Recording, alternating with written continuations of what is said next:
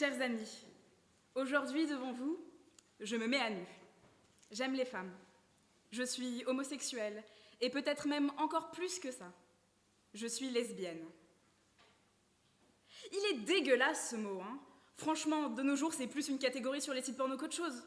Tenez, prenez les statistiques du site Pornhub en 2021 par exemple. Eh bien, lesbienne, c'était la deuxième catégorie la plus regardée. Dans son rapport de l'année 2021, l'association SOS Homophobie recueille de nombreux témoignages, pas faciles à entendre, de femmes lesbiennes en France. On y retrouve Maëlle, 12 ans, qui est persuadée de ne pas avoir le droit de vivre à cause de son homosexualité, car c'est ce qu'elle entend tous les jours au collège. Sylvie, 41 ans, subit des viols à répétition d'hommes de son village pour la faire revenir dans le droit chemin. À l'unisson, ils disent « On va aller la remplir à nouveau. On va aller la faire éclater de sperme. » Clara, lycéenne, est reniée par sa mère après son coming out. Elle lui dit « C'est contre nature, c'est une honte, tu me dégoûtes. T'es malade et t'es plus ma fille, t'es une gouine et c'est pire qu'un cancer. » La première fois qu'on m'a traitée de gouine, c'était en CE2. J'avais 8 ans. Il aura fallu 6 mois après mon coming out pour qu'un proche comprenne qu'il ne se passerait jamais rien de sexuel entre nous. À partir de mes 11 ans, mon père m'a fait jurer à de trop nombreuses reprises d'être hétérosexuel. Mesdames, chers amis, je suis convaincue qu'on ne subirait pas tant d'horreurs si nous nous allions en sororité, car il y a bien des frères acquis à notre cause. Mais comment se faire une place sans lutte ? Alors certes, le féminisme a déjà gagné quelques batailles. Mariage pour tous, la PMA pour toutes. Et c'est vrai qu'on nous écoute plus aussi. Les femmes n'ont plus besoin d'utiliser un nom d'homme pour publier leurs livres. MeToo nous a donné une plateforme pour dénoncer les agressions sexuelles. Voilà, c'est ça en fait, on devrait se contenter de ce qu'on a. On nous entend un peu trop, nous, les féministes radicales, là, les gouines. Peut-être même qu'on devient une menace. Peut-être qu'on endoctrine la jeunesse à détester les hommes. Peut-être qu'on devrait juste se taire et apprécier les efforts des vraies féministes, celles qui avaient des vraies causes. Mais vous savez quoi ? On va pas se taire.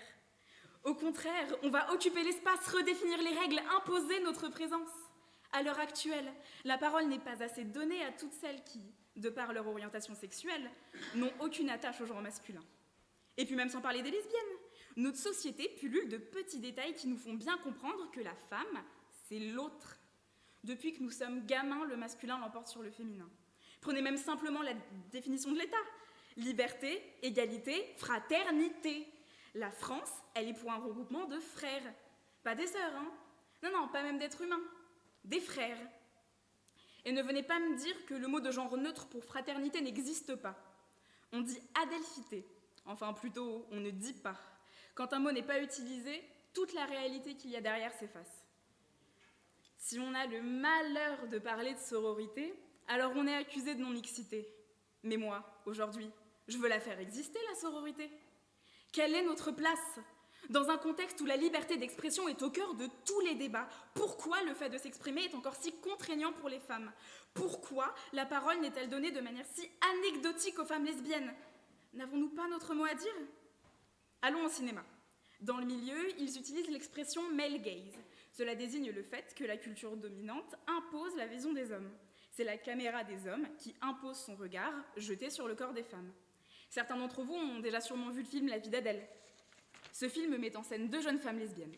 Les actrices ont dû tourner des scènes érotiques de force, et le film se termine par une tromperie parce que, évidemment, les lesbiennes ne sont que dépravation, vice, torture. Ne méritons-nous pas mieux ? Face à ces représentations abjectes, certaines féministes comme Alice Coffin ont une solution que vous trouverez peut-être radicale.